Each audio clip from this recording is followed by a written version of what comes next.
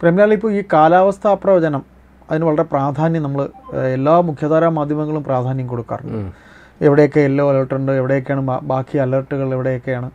അപ്പോൾ ഇങ്ങനെ ഈ പറയുന്നതിൽ ഇപ്പോൾ ഇന്ന് വന്നൊരു വാർത്ത, സാധാരണ നമുക്ക് ലഭ്യമായിരുന്ന മഴയെക്കാളും, നമ്മൾ പറയും മഴ മഴ മഴ, ഇന്നും മഴ നാളെയും മഴ എന്നൊക്കെ ചുമ്മാ നമ്മൾ പറയുന്നുണ്ട്. പക്ഷേ ലഭ്യമായിരുന്ന മഴയുടെ അളവ് വെച്ച് നോക്കുമ്പോൾ വളരെ കുറവാണ് എന്നൊരു കാലാവസ്ഥ നിരീക്ഷണ വാർത്ത പുറത്തു വന്നിട്ടുണ്ട്. അപ്പോൾ അതിനവരൊരു പേരുമൊക്കെ പറയുന്നുണ്ട്, എൽനിനോ എന്ന്. അപ്പോൾ എന്താണ് ഈ സൂപ്പർ എൽനിനോ? അങ്ങനെ ഒരു പ്രതിഭാസമാണ് ഇതിന് കാരണം എന്നൊക്കെയാണ് ഞാനൊരു ചെറിയൊരു വാർത്തയാണ് ഞാൻ കണ്ടത്. എൽനിനോ എന്ന് പറയുന്നത് നമ്മുടെ സമുദ്രത്തിൽ അവിടുത്തെ ഊഷ്മാവ് കൂടുകയും അതിൻ്റെ ഫലമായിട്ട് പൊതുവേ ഒരു മഴയുടെ അളവിലുണ്ടാകുന്ന കുറവിനെയാണ് എൽനിനോ എന്ന് പറയുന്നത്. സൂപ്പർ എൽനിനോ എന്ന് പറയുമ്പോൾ കുറേ കൂടി തീവ്രമാണ്. നമ്മുടെ സമുദ്രത്തിൽ അതിൻ്റെ ഊഷ്മാവ് 2 മുതൽ 3 ഡിഗ്രി സെൽഷ്യസ് വരെ ഉയർന്നാൽ നമ്മൾ നോക്കുമ്പോൾ അത്ര ചെറിയൊരു ഉയർച്ചയിലേ ഉള്ളെന്ന് പ്രത്യക്ഷത്തിൽ തോന്നാം. പക്ഷേ അതിൻ്റെ റിസൾട്ട് വരാൻ പോകുന്നത് വലിയ തോതിൽ മഴയുടെ അളവിനെ അത് വലിയ രീതിയിൽ ബാധിക്കും. അപ്പോൾ അങ്ങനത്തെ ഉള്ളൊരു സൂപ്പർ എൽനിനോ ആണ് ഇപ്പോൾ സംഭവിക്കാൻ പോകുന്നത്.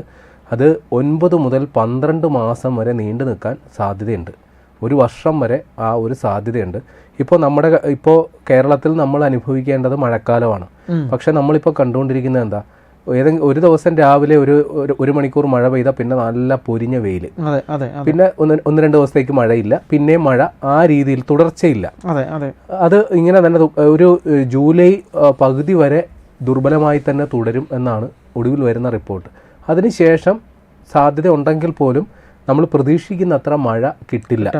കാലാവസ്ഥാ നിരീക്ഷണ വകുപ്പിൻ്റെ നിഗമനം അനുസരിച്ച് ഈ സീസണിൽ 43% മഴ കുറഞ്ഞിട്ടുണ്ട് എന്നുള്ളതാണ് അവരുടെ കണക്ക്.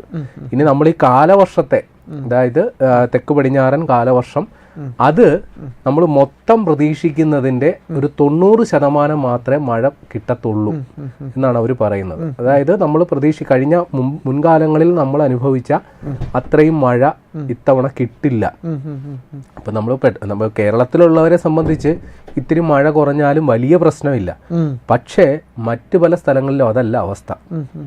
പൂർണ്ണമായിട്ടും കൃഷി മഴയെ ആശ്രയിച്ച് നടക്കുന്ന ഒരുപാട് മേഖലകളുണ്ട്. നമ്മളതിനെ ഖാരിഫ് കൃഷി എന്നാണ് അതിനെ ഒരു ടെക്നിക്കൽ ടൈം. അതായത് ജൂൺ മുതൽ ഒരു ഒക്ടോബർ വരെയുള്ള സമയത്ത്, മഴയുള്ള സമയം, ആ സമയത്ത് നടക്കുന്ന കൃഷിയാണ് ഈ ഖാരിഫ്. നെല്ല്, ഗോതമ്പ്, ചോളം, പരുത്തി, ഇതൊക്കെയാണ് പ്രധാനമായിട്ടും അതിൽ വരുന്നത്. അപ്പോൾ വെള്ളം ഒരു അവശ്യ ഘടകമാണ് ഈ കൃഷിക്ക്. അപ്പോൾ ഇന്ത്യയിൽ ഏതാണ്ട് 119.90 ലക്ഷം ഹെക്ടർ സ്ഥലത്താണ് ഈ ഖാരിഫ് കൃഷി നടക്കുന്നത്. വിശാലമായ ഒരു ഏരിയയാണ്. ആ സ്ഥലത്ത് ഏതാണ്ട് 10% ഏരിയയിൽ മാത്രമേ ഈ കൃഷി പൂർത്തിയായിട്ടുള്ളൂ. ബാക്കിയുള്ള 90% ഏരിയയിൽ കൃഷി ആശ്രയിച്ചിരിക്കുന്നത് പൂർണ്ണമായിട്ടും ഈ മഴയെയാണ്. ഇപ്പോൾ കേരളത്തിൽ വലിയ കുഴപ്പമില്ല, പക്ഷേ വടക്കേ ഇന്ത്യൻ സംസ്ഥാനങ്ങളിൽ വലിയ പ്രശ്നമാണ്. മഴ കുറയുക എന്ന് പറഞ്ഞാൽ ഇപ്പോൾ തന്നെ അവിടെ വലിയ ചൂടാണ്. 40-43 ഡിഗ്രി സെൽഷ്യസ് വരെയാണ് ഇപ്പോൾ താപനില വന്നേക്കുന്നത്. അത് ഇനിയും ഉയരാനുള്ള സാധ്യതയുണ്ട്. അങ്ങനെ വന്നു കഴിഞ്ഞാൽ ഈ കൃഷി, പ്രത്യേകിച്ച് ഈ ഖാരിഫ് കൃഷിയിൽ വലിയ ഇടിവുണ്ടായാൽ ഉറപ്പായിട്ടും ഭക്ഷ്യക്ഷാമം ഉണ്ടാകാനുള്ള സാധ്യതയുണ്ട്.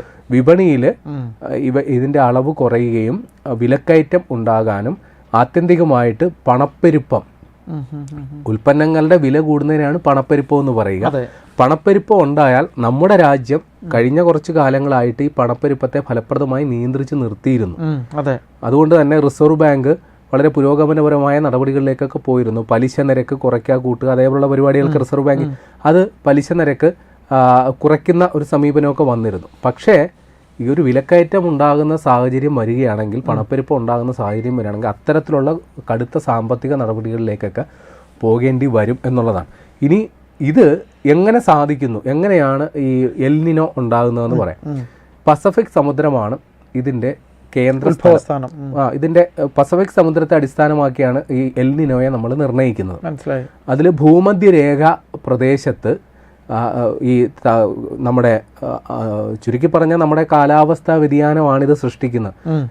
ഹരിതഗൃഹവാതകങ്ങൾ മൂലം അല്ലെങ്കിൽ കാർബൺ ബഹിർഗമനം മൂലം അന്തരീക്ഷ താപനില വർദ്ധിക്കുമ്പോൾ സ്വാഭാവികമായിട്ടും കടലിന്റെ ജലനിരപ്പിൽ ചൂട് കൂടും.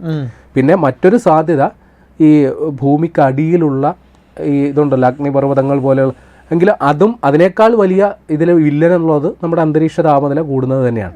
അപ്പോൾ ഈ പസഫിക് സമുദ്രത്തിൽ ഭൂമധ്യരേഖാ പ്രദേശത്ത് ഈ ചൂട് നിരന്തരമായി കൂടുന്ന സമയം അങ്ങനെ ഉണ്ടാവുമ്പോൾ ഈ പസഫിക് സമുദ്രത്തിൽ കിഴക്ക് നിന്ന് പടിഞ്ഞോട്ടാണ് കാറ്റ് വീശിക്കൊണ്ടിരിക്കുന്നത്. അപ്പോൾ അങ്ങനെ വരുന്ന സമയത്ത് ഈ പറയുന്ന നമ്മുടെ ഈ ചൂടുള്ള വെള്ളം ഉണ്ടല്ലോ, ചൂടുള്ള വെള്ളത്തിൻ്റെ ഒഴുക്ക് ഇതിനെ തടയും. അങ്ങനെ ഇത് പടിഞ്ഞോട്ട് ഒഴുകുന്നതിന് പകരം കുറച്ച് കിഴക്കോട്ട് ചൂടുവെള്ളം വന്നുകൊണ്ട് കിഴക്കോട്ട് വരുമ്പോൾ എന്താ പറ്റുന്നതെന്ന് പറഞ്ഞാൽ ഈ ചൂടുള്ള വെള്ളം ഇങ്ങോട്ട് വരുമ്പോൾ അത് നമ്മുടെ ബംഗാൾ ഉൾക്കടലിലടക്കം ഇത് ചൂടുള്ള വെള്ളം വരികയും അത് നമ്മുടെ മൺസൂണിനെ ബാധിക്കുകയും ചെയ്യും. കാര്യം അന്തരീക്ഷം തണുത്തിരിക്കുമ്പോഴാണ് മഴമേഘങ്ങൾ ഇത്. അപ്പോൾ ചൂടുവെള്ളം വരുമ്പോൾ ആ പറയുന്ന ന്യൂനമർദ്ദങ്ങൾ ഉണ്ടാകാനുള്ള അത് ദുർബലപ്പെടും, മഴ ഉണ്ടാകാനുള്ള സാധ്യത കുറയും. അപ്പോൾ അത് ആത്യന്തികമായിട്ട് വരിക നമുക്കായിരിക്കും. നമ്മൾ പ്രത്യേകിച്ച് നമ്മൾ നെല്ല് പ്രധാനമായും കൃഷി ചെയ്യുന്ന ഒരു സംസ്ഥാനമാണ്, നമ്മളെ ബാധിക്കും. അതേപോലെ മറ്റു പലയിടങ്ങളിലും ഇതിനെ ആശ്രയിച്ച് കഴിയുന്ന മറ്റു പലയിടങ്ങളിലും വലിയ പ്രശ്നം ഉണ്ടാകും. ഏതായാലും ഈ പസഫിക് സമുദ്രത്തിൽ സംഭവിക്കുക എന്ന് പറയുമ്പോൾ നമ്മുടെ രാജ്യത്ത് തന്നെയാണ് സംഭവിക്കുന്നത്. അല്ല പസഫിക് സമുദ്രം എന്ന് പറയുന്നത് നമ്മുടെ രണ്ട് സമുദ്രങ്ങൾ, ഒന്ന് അറബിക്കടലും ഒന്ന് ബംഗാൾ ഉൾക്കടലും. പക്ഷെ പസഫിക് സമുദ്രത്തിൽ ഉണ്ടായാലും അതിന്റെ കാറ്റ് ഇങ്ങോട്ടേക്ക് വരുമല്ലോ, ആ വെള്ളത്തിന്റെ ഒഴുക്കും ഇങ്ങോട്ടേക്ക് ഉണ്ടാകും. ചൂടുള്ള മിക്കവാറും യൂറോപ്യൻ രാജ്യങ്ങൾ. അതെ. അപ്പൊ ആ ചൂടുള്ള വെള്ളം ഇങ്ങോട്ടേക്ക് വരുമ്പോൾ നമ്മുടെ മൺസൂണിനെ അത് സ്വാധീനിക്കും. മനസ്സിലായി. നമ്മുടെ ഈ പറയുന്ന നമ്മുടെ കടലിന്റെ താപനില കുറഞ്ഞിരിക്കുന്ന സമയത്താണ് നമുക്ക് മഴയ്ക്ക് മഴയ്ക്ക് അനുകൂലമായ സാഹചര്യം അപ്പോഴാണ്. പക്ഷേ ഈ ചൂടുള്ള വെള്ളം ഇങ്ങോട്ടേക്ക് വരുമ്പോൾ അതിന്റെ തീവ്രത കുറയും. അപ്പോൾ അതിന് മഴയുടെ അളവിൽ വലിയ കുറവുണ്ടാകും. ഏതായാലും കേന്ദ്ര സർക്കാർ 315 ജില്ലകൾ, രാജ്യത്തെ 315 ജില്ലകളിൽ ഇത്തരത്തിൽ ഈ സൂപ്പർ എൽനിനോ കൊണ്ട് വലിയ പ്രതിസന്ധി ഉണ്ടാകാൻ സാധ്യതയുണ്ടെന്ന് കണ്ടെത്തിയിട്ടുണ്ട്. അതിൽ 111 ജില്ലകൾ അതീവ ജാഗ്രത. കാര്യം അവിടെ ബദൽ സാധ്യതകളില്ല. മഴ ഇപ്പോൾ ഈ 315 ജില്ലകളുണ്ടെങ്കിൽ തന്നെ അവരെ ആശ്രയിക്കുക, ഒരു പക്ഷേ മഴ കുറയുകയാണെങ്കിൽ ഭൂഗർഭജലത്തെയോ മറ്റൊക്കെ ആശ്രയിക്കാം. പക്ഷേ ഈ 111 ജില്ലകളായി കണ്ടെത്തിയിരിക്കുന്ന അവിടെ ഭൂഗർഭ ജലവിധാനവും കുറവാണെങ്കിൽ അവിടെ പ്രതിസന്ധി അതിരൂക്ഷമാകാനുള്ള സാധ്യതയുണ്ട് എന്നുള്ളത് കൂടി. പിന്നെ ഒരു ക്രൈസിസ് മാനേജ്മെൻ്റ് എന്ന രീതിയിൽ ഏതായാലും ഈ ഖാരിഫ് വിളകളുടെ ഈൽഡ് ഉൽപാദനശേഷി ഇത്തവണ കുറവാകും എന്നുള്ളത് ഏതാണ്ട് ഉറപ്പിച്ചിട്ടുണ്ട്. അപ്പോൾ കർഷകരെ സഹായിക്കുന്നതിൻ്റെ നടപടികളുടെ ഭാഗമായിട്ട് അതിൻ്റെ താങ്ങുവിലയിൽ, തറവിലയിൽ വർധനവും കൂടി നമ്മളിപ്പോൾ രേഖപ്പെടുത്തിയിട്ടുണ്ട്. പിന്നെ ഈ പറയുന്നത് പോലെ വരുന്ന ദിവസങ്ങൾ ഈ സൂപ്പർ എൽനിനോ എന്ന് പറയുന്നത് ഇന്ത്യയേക്കാൾ കൂടുതൽ ഏറ്റവും വലിയ വില്ലനായി വന്നേക്കുന്നത് പാകിസ്ഥാനിലാണ്.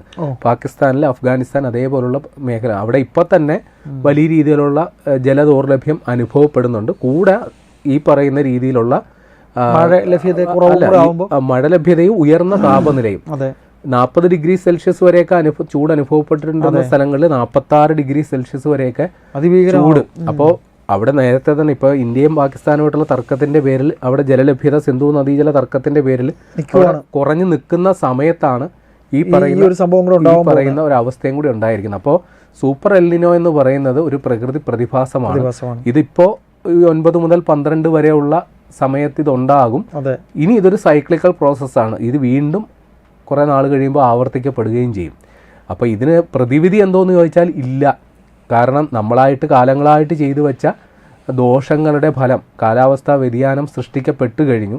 അന്തരീക്ഷ താപനില ഓരോ ദിവസം ജലനിരപ്പ് വർദ്ധിച്ചുകൊണ്ടേയിരിക്കുകയാണ്, കാർബൺ ബഹിർഗമനം അതേപോലുള്ള കാര്യങ്ങൾ മൂലം. അപ്പോൾ ഇത് നമുക്ക് ഒഴിവാക്കാനാകാത്ത ഒരു പ്രകൃതി പ്രതിഭാസമാണ്. അപ്പോൾ ഇതിനെ ഫലപ്രദമായി നേരിടുക എന്നല്ലാണ്ട് ഇതിൽ നിന്ന് ഒഴിഞ്ഞു മാറുക അസാധ്യമാണ്.